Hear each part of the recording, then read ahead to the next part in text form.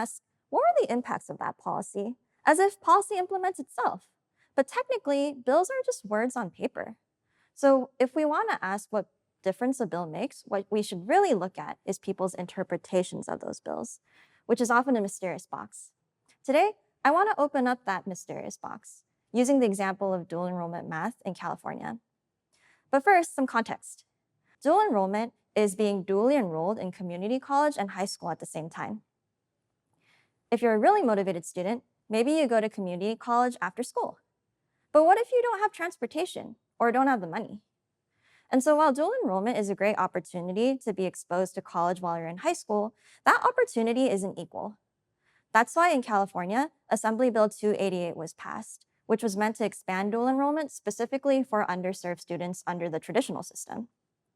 The Public Policy Institute of California was funded by the Gates and California Community Foundations to research what was going on to dual enrollment math since. One of the findings is that underserved students are more equitably represented in dual enrollment math courses that are offered through CCAP as opposed to something else. But why would that be the case? After all, the bill doesn't give step-by-step instructions on what to do. That's why I conducted interviews with key stakeholders and actors at 5 different regions in California to understand what was going on. What I found is that people were using CCAP really creatively in a lot of different ways. But today, I'm going to talk about 3 main factors that came up. The first one is time and location. CCAP lets community colleges offer courses that are exclusive to high schools if the high schools offer those courses at the high school during the bell schedule. But this is actually really hard to do because high schools and community colleges, they work on different academic schedules. So instead of this meaning that CCAP couldn't be offered at all, districts were really creative by finding other ways, like looking for more nearby locations or offering the courses at 0 periods. Second is instructor.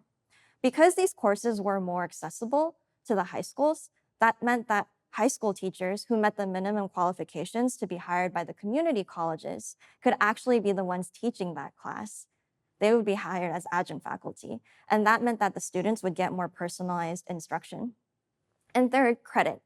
Some districts offered high school credit as well as college credit for this course, and that meant that students didn't need to take additional courses to graduate high school. So all of these factors came into play to determine whether dual enrollment could be more accessible to a broader range of students or just students who had the resources to do something extra. And in sum, CCAP did help expand opportunities to dual enrollment math, but none of this would have been possible if it weren't for the creativity and the knowledge of the people on the ground to make it happen. That's policy in action.